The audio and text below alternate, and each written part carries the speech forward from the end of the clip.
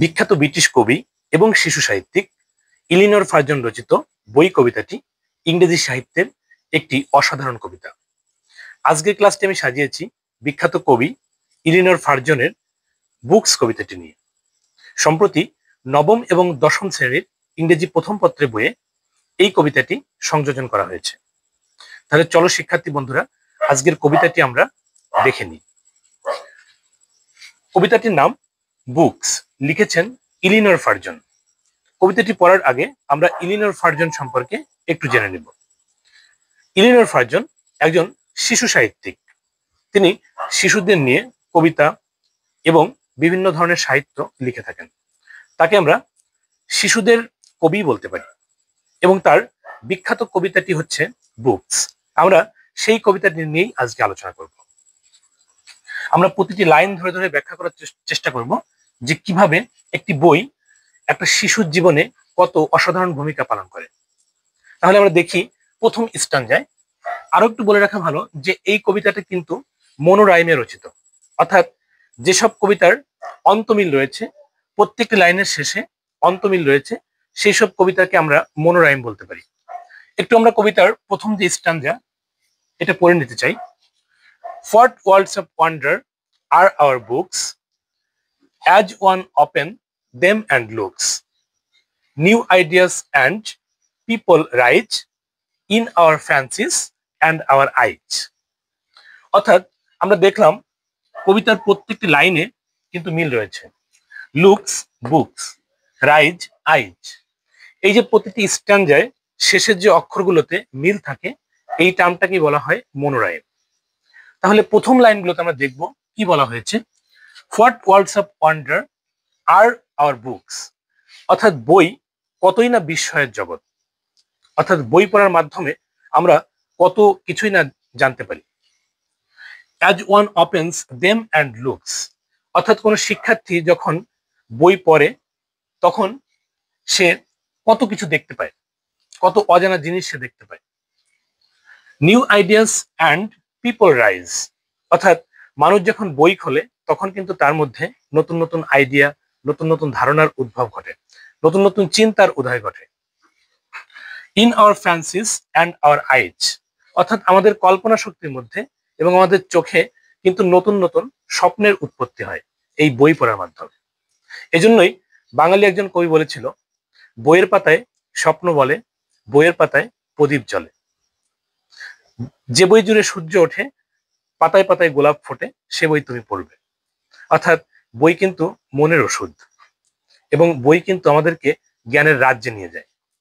দ্বিতীয় পেরে আমরা দেখি, the room we seat in melts away, অর্থাৎ যে বইয়ে যে রুমে আমরা পড়তে বসি সেই রুমটা কিন্তু হঠাৎই হাওয়ায় মিলিয়ে যায়।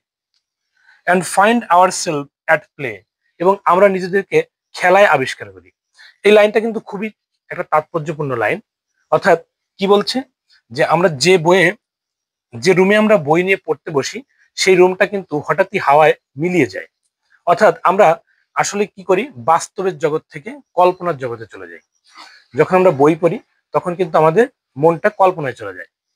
এবং and we find our self at play, অর্থাৎ আমরা কোথায় খুঁজে পাই নিজেকে, খেলায় খুঁজে পাই।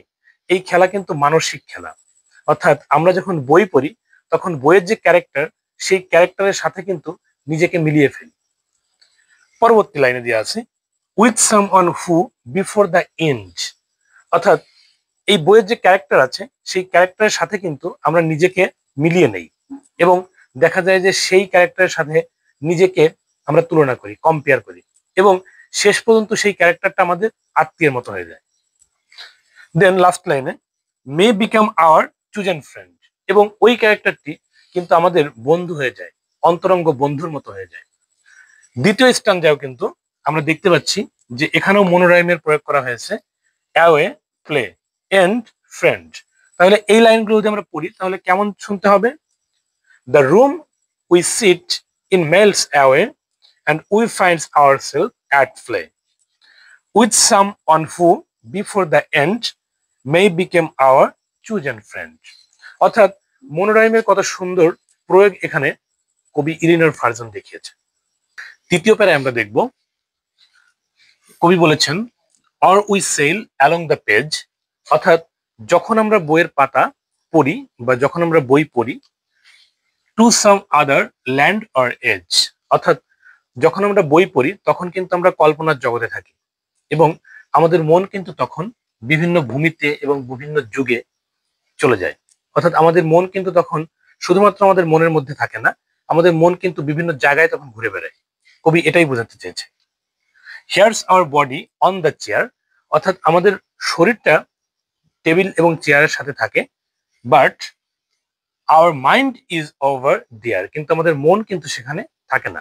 অর্থাৎ বই পড়ার সময় কিন্তু একটা কল্পনার জগৎ আমাদের মধ্যে তৈরি হয় এবং ফ্যান্সি অর্থাৎ কল্পনা শক্তির মাধ্যমে আমরা বিভিন্ন দেশে বিভিন্ন যুগে কিন্তু ভেসে বেড়াই। এবার 4 নম্বর প্যারায় আমরা দেখব each book is a magic box, অর্থাৎ প্রতিটি বই কিন্তু শিশুর কাছে একটি ম্যাজিক বক্সের মতো।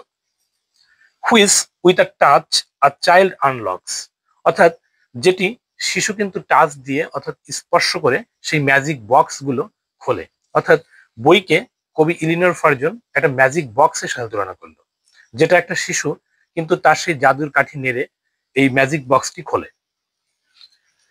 In between there outside covers, অর্থাৎ বই কিন্তু তার কাভার্স এর মাঝখানে কি রাখে, books hold all things for their lovers, অর্থাৎ দুই মলাটের মাঝখানে বই কিন্তু তার ভালোবাসার মানুষদের জন্য সকল সম্পদ কিন্তু ওখানে রেখে দিয়েছে। অর্থাৎ বই পড়ার মাধ্যমেই কিন্তু একটা শিশু সর্বোচ্চ জ্ঞানী হয়ে উঠতে পারে এবং বই পড়ার মাধ্যমেই কিন্তু একটা দেশ সর্বোচ্চ জ্ঞান এবং গরিমায় কিন্তু সফল হতে পারে।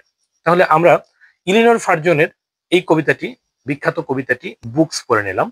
তাহলে এই কবিতার মূল ভাবই হচ্ছে যে শিশুদেরকে বই পড়তে উদ্বুদ্ধ করার জন্যই কিন্তু এই কবিতা লেখা। এবং একটা কবিতা, এই কবিতা লেখার আরেকটা উদ্দেশ্য হচ্ছে ইলিনর ফার্জন এখানে বোঝাতে চেয়েছে যে শিশু মন তো খুবই একটা অ্যাডোরিং মন হয় এবং শিশু মন কিন্তু সবসময় কল্পনা খোঁজে, ফ্যান্সি খোঁজে, বাস্তবতার চেয়েও তারা ফ্যান্সির দিকে বেশি ঝোঁকে এবং বই পড়ার মাধ্যমে কিন্তু তারা বিভিন্ন দেশে বিভিন্ন যুগে বিভিন্ন জায়গায় কিন্তু কল্পনার মাধ্যমে চলে যেতে পারে। হ্যাঁ, এবং শিশুর মনের মধ্যে এই যে কল্পনা, সেই কল্পনাটা গ্রো করার উদ্দেশ্যেই কিন্তু এই কবিতাটি লেখা। এবং শিশুদেরকে যদি আমরা বই পড়ায় উদ্বুদ্ধ করতে পারি তাহলে কিন্তু আমাদের দেশ উন্নত হবে, জাতি উন্নত হবে। সবাইকে ধন্যবাদ।